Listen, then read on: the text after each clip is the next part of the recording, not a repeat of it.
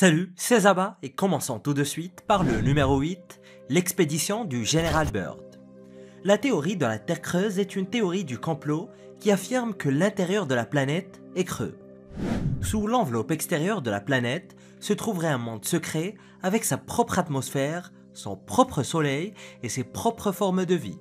Et la raison pour laquelle personne ne l'a jamais vu auparavant est que les seuls points d'entrée dans le monde creux se trouvent dans les régions polaires. Et les partisans de ces théories, comme Raymond Bernard, qui a écrit d'ailleurs un livre sur le sujet, affirment savoir exactement pourquoi il est si difficile à trouver. L'idée est que les trous permettant de pénétrer dans le monde intérieur s'étendent le long des régions polaires sur plus de 2000 km. Mais les pilotes et les capitaines ne s'y aventureraient jamais par hasard en raison du magnétisme.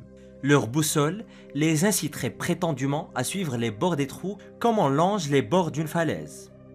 Richard E. Byrd est l'un des hommes qui a prétendument franchi le bord et pénétré dans la Terre creuse. Il est parti en expédition dans l'Arctique entre 1939 et 1941.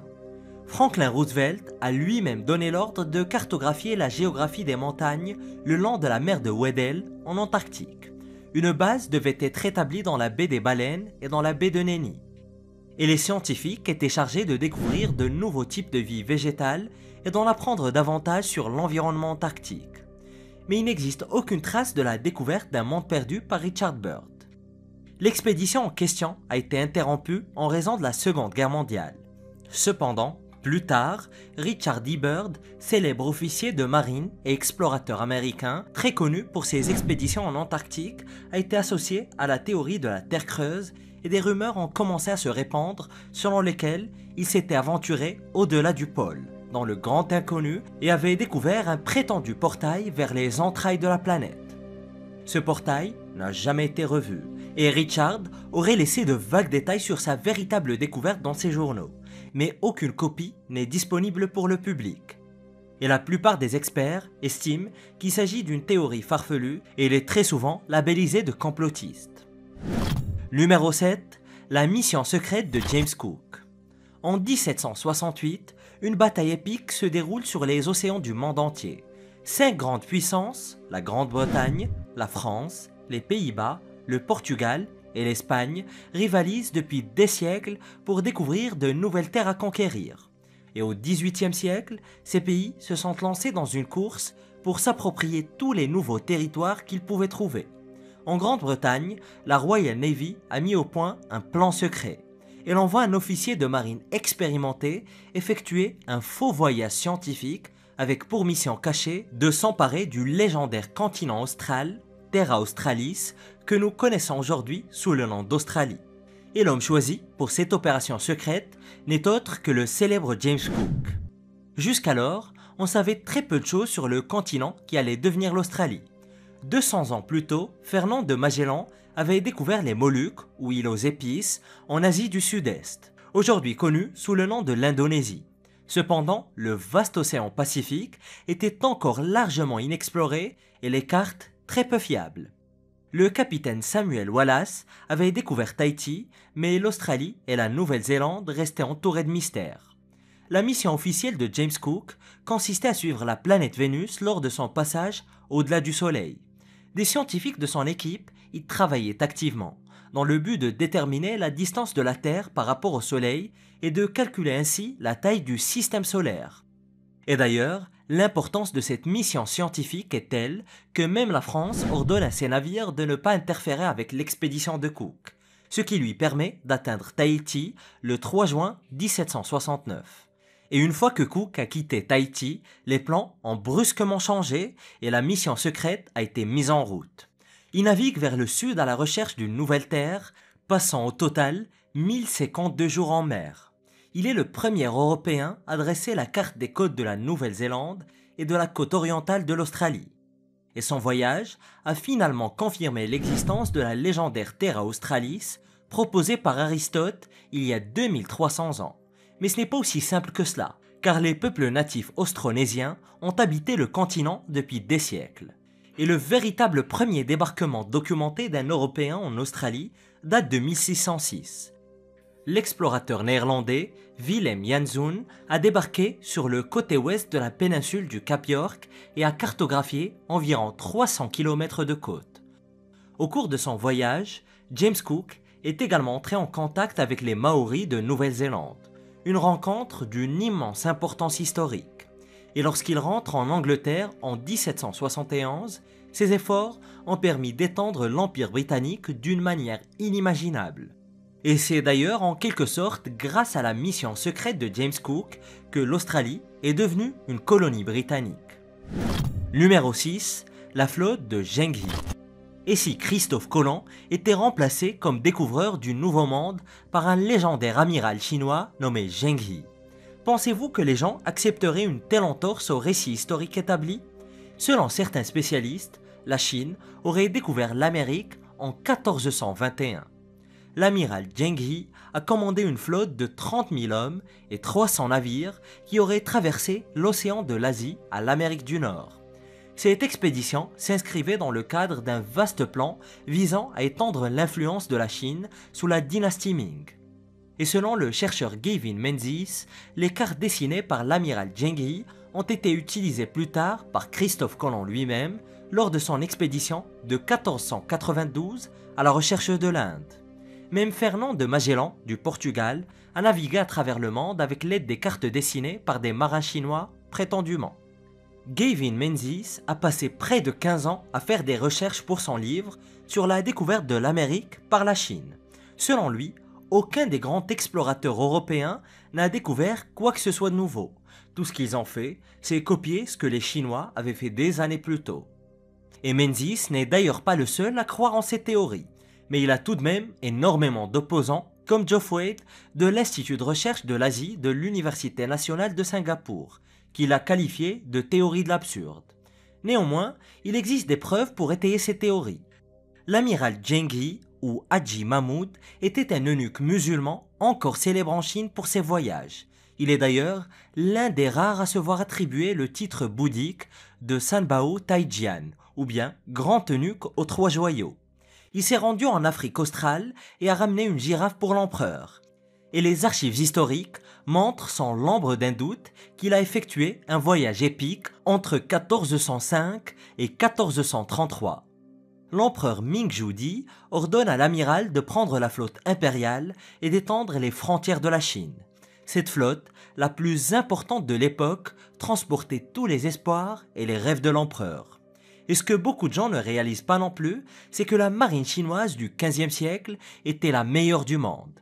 Le plus grand navire de Zheng He avait 9 mâts et nécessitait 500 hommes pour le manœuvrer. Il était environ 4 fois plus grand que la Santa Maria de Christophe Colomb. Et pour certains, il existe d'autres éléments de preuve. Certains citent l'ADN des Amérindiens qui présente plus de similitudes avec l'ADN asiatique qu'avec celui des Européens ou des Africains. Mais encore une fois, les humains sont arrivés en Amérique des millénaires avant sa supposée découverte par Zheng He et ses premiers Amérindiens seraient arrivés par le détroit de Bering qui était à l'époque le pont terrestre de Beringie, justement en provenance d'Asie, ce qui explique les similitudes d'ADN. Il s'agit donc toujours d'une théorie et d'une théorie assez faible à cet égard. Numéro 5. Le canular du diamant. L'or a été découvert en Californie en 1848, puis l'argent au Nevada en 1859. La découverte de l'or a entraîné l'une des plus grandes migrations de masse de l'histoire des États-Unis. Tout le monde se dirigeait vers l'ouest dans le cadre de la ruée vers l'or.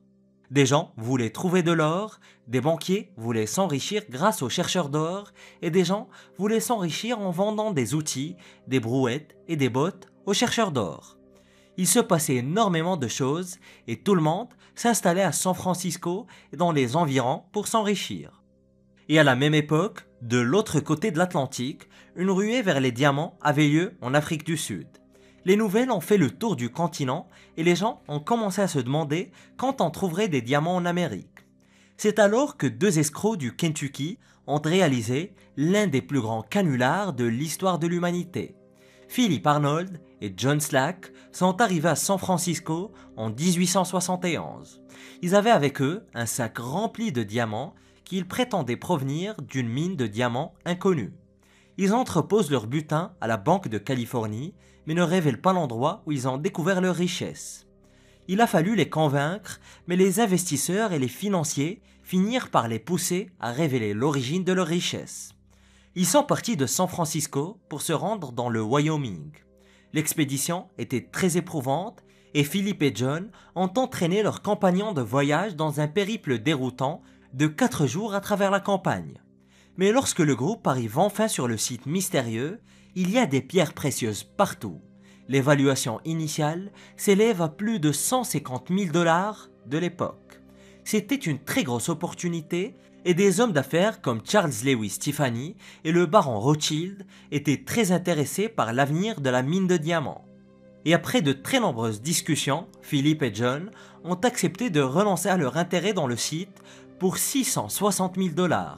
Cela représente environ 16,1 millions de dollars en dollars d'aujourd'hui, ajustés à l'inflation. Mais tout ceci n'était qu'un canular. Philippe et John avaient acheté des diamants bon marché à Londres pour 35 000 $. Ils les ont ensuite dispersés sur le site pour donner l'impression qu'ils regorgeaient de diamants. C'était l'un des canulars les plus audacieux jamais réalisés, et les deux hommes ont réussi à s'en tirer. Philippe retourna dans le Kentucky et devint banquier. Il mourut quelques années plus tard d'une pneumonie à la suite d'une fusillade avec un groupe bancaire rival. John, quant à lui, s'installe dans un endroit très tranquille à Saint-Louis et crée une entreprise de fabrication de cercueils. Il est ensuite devenu entrepreneur au Nouveau-Mexique où il s'est éteint paisiblement à l'âge de 76 ans. Numéro 4. Adam et Ève et la CIA. Un livre précédemment classifié, récemment publié par la CIA, contient des affirmations très bizarres sur Jésus-Christ. Et je vous préviens, ce livre contient des affirmations complètement farfelues, mais là n'est pas la question. Le livre affirme que Jésus-Christ était un érudit indien et qu'il aurait même été enlevé par des ovnis. Ah! Ouais, c'est complètement farfelu, mais l'histoire ne s'arrête pas là.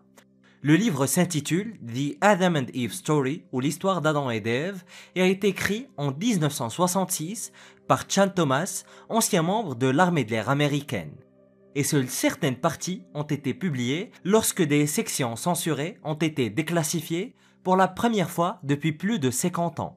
Dans ce texte, Thomas affirme que Jésus faisait partie de la tribu des Nagas dans le nord de l'Inde où il a passé 18 ans. 18 ans qui ne sont absolument pas mentionnés dans la Bible. La tribu Naga aurait dit que Jésus a vécu avec eux depuis la fin de son adolescence jusqu'à ce qu'il devienne un jeune adulte. Il aurait été étudiant et diplômé du temple de Nakal et il le considérait comme un véritable génie, un homme qui a facilement appris à parler et à écrire la langue locale. Ce qui est encore plus fou, c'est que pour certains spécialistes, cela ne serait pas si difficile à croire, car il y a des érudits qui pensent que Jésus a fait un grand voyage dans sa jeune vie, un voyage qui n'est pas documenté dans la Bible. Mais ensuite, comme toujours, Thomas prend une tournure un peu bizarre et commence à parler d'extraterrestres. Encore. Ça fait beaucoup là, non? Il prétend que Jésus a été enlevé par des extraterrestres le dimanche de Pâques après la crucifixion. Ils l'auraient emmené dans leur vaisseau spatial et seraient partis. Le livre est extrêmement bizarre, il y a aussi toute une partie sur le fait que l'histoire de la Genèse était en fait l'effondrement d'une civilisation qui vivait avant le déluge de Noé, et qui était lui-même un événement d'extinction. Thomas a également mentionné plusieurs membres de l'armée américaine et qui auraient été prétendument au courant de la vie secrète du Christ. Tout cela est un peu, voire beaucoup délirant. Mais pourquoi au juste la CIA aurait-elle classé un tel livre? Et pourquoi un ancien militaire aurait-il écrit une telle chose en premier lieu? Ce qui est certain, c'est qu'aux États-Unis et ailleurs, un petit groupe croit en ce livre et ses affirmations totalement farfelues. Numéro 3. Le réseau d'espionnage Culper. Les forces britanniques ont occupé New York pendant une très grande partie de la guerre de l'indépendance américaine, l'utilisant comme base navale majeure. Et à partir d'août 1776, George Washington a désespérément besoin d'informations sur ce que faisaient les troupes britanniques. Mais c'était très difficile car il y avait très peu de moyens de suivre les mouvements des troupes jusqu'en 1778. C'est alors que l'officier de cavalerie Benjamin Tallmadge met en place le réseau d'espionnage Culper.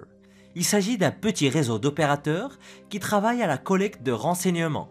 Abraham Woodhull était l'homme de l'intérieur qui faisait des allers-retours entre New York et Long Island, évaluant les manœuvres navales et trouvant des informations qu'il pouvait rapporter à Washington. Le réseau d'espionnage Culper s'est avéré être l'un des réseaux de renseignement les plus efficaces qui soient et la première véritable organisation d'espionnage. De 1778 à 1783, ils suivent les mouvements des troupes britanniques et transmettent les informations au général George Washington. Et leur plus grande réussite a lieu en 1780 lorsqu'ils ont découvert des plans britanniques visant à tendre une embuscade à l'armée française à Rhode Island. Sans le réseau d'espionnage Culper, l'alliance entre la France et George Washington aurait pu être détruite et la guerre aurait pu prendre une tournure très différente, peut-être avec la prise de contrôle des territoires continentaux des États-Unis par l'Angleterre. Et sans être nécessairement le précurseur de la CIA, le Culper Spy Ring a été le premier réseau d'espionnage important de l'histoire américaine. Numéro 2, NASA et compagnie.